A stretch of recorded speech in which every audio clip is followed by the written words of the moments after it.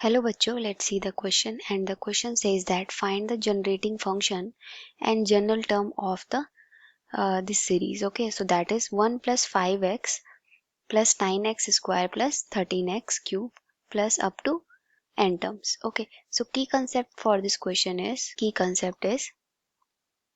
recurring series. Okay, recurring series.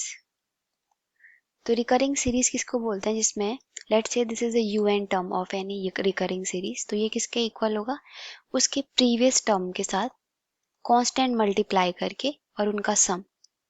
Okay, तो ये UN किसके इक्वल होगा, उसके प्रीवियस टर्म के सम के इक्वल, अगर उन टर्म्स के साथ कांस्टेंट मल्टीप्लाई हो। So u n -1 u n -2 and up to कितना u1, कोई कांस्टेंट मल्टीप्लाई हो उसके सम के इक्वल। मीन्स अगर मुझे u3 निकालना है तो मैं क्या करूंगी, p of u2 plus q of u1, तो इसके साथ कोई कांस्टेंट मल्टी प्रीवियस का टर्म के साथ और उनका सम कर दूंगी।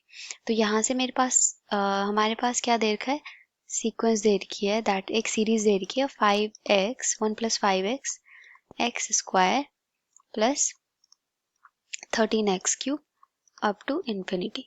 ठीक है, तो यहाँ से आपके पास पहले हम क्या निकालेंगे, स्केल ऑफ रिलेशन निकालेंगे। तो स्केल ऑफ रिलेशन क्या होता है आपके पास, that is 9 is equal to 9 third हो गया, सो 5 प्लस क्यूब, और यहाँ से 13 क्या हो गया आपके पास, फोर्थ टर्म हो गया। तो इसके प्रीवियस टर्म कौन कौन से हो गए, इसके साथ कोई constant multiply p into 9 Q 5।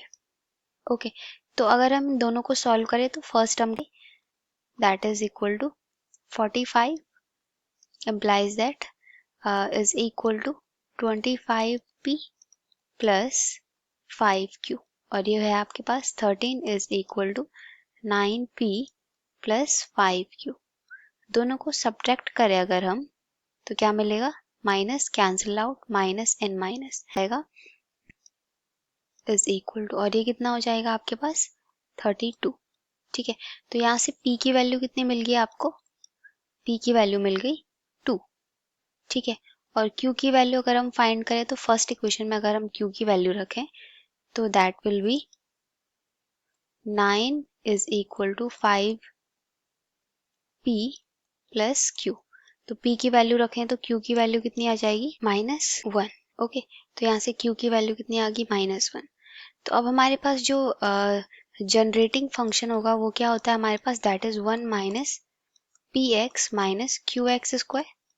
तो जनरेटिंग फंक्शन p की वैल्यू कितनी आई, 2x n plus plus minus minus become plus. Okay, so that is x square. अब सम कितना है हमारे पास, सम कितना है हमारे पास, sum is 1 plus 5x plus 9x square plus 13x cube up to n term. तो क्या करेंगे हम, जो हमारा जनरेटिंग फंक्शन निकला है उसके हर एक टर्म से हम s को मल्टीप्लाई करेंगे। 1 से तो -2x से, that will B -10x, that will B -2x minus 10x square and -18x cube. x square से करेंगे तो कितना होगा, x square plus 5x square, और इन सबको ऐड कर देंगे। तो ऐड करेंगे तो कितना होगा, s minus 2xs plus x square s is equal to, ये कैंसिल अप तो ये हो जाएगा 1 प्लस 3x। ओके, तो आपके पास क्या मिल गया, ये रिलेशन मिल गया, s इज इक्वल टू ले लेंगे तो 1 plus 3x upon 1 minus 2x plus x square. तो यहाँ से क्या होगा, implies that 1 plus 3x upon 1 minus x का होल स्क्वायर। ओके, तो अगर हम इसको सॉल्व करेंगे तो कितना आएगा, 1 माइनस 3x 1 माइनस x की पावर -2। ओके, सो ये हो जाएगा आपके पास देन कि जनरल टर्म हो जाएगी, देन दैट विल बी इसकी वैल्यू क्या हो जाएगी आपके पास, x to the power r, और इसकी वैल्यू इतनी हो जाएगी आपके पास सम करने के बाद 4r plus 1। That is the general term of the recurring series. So I hope you all understood this explanation.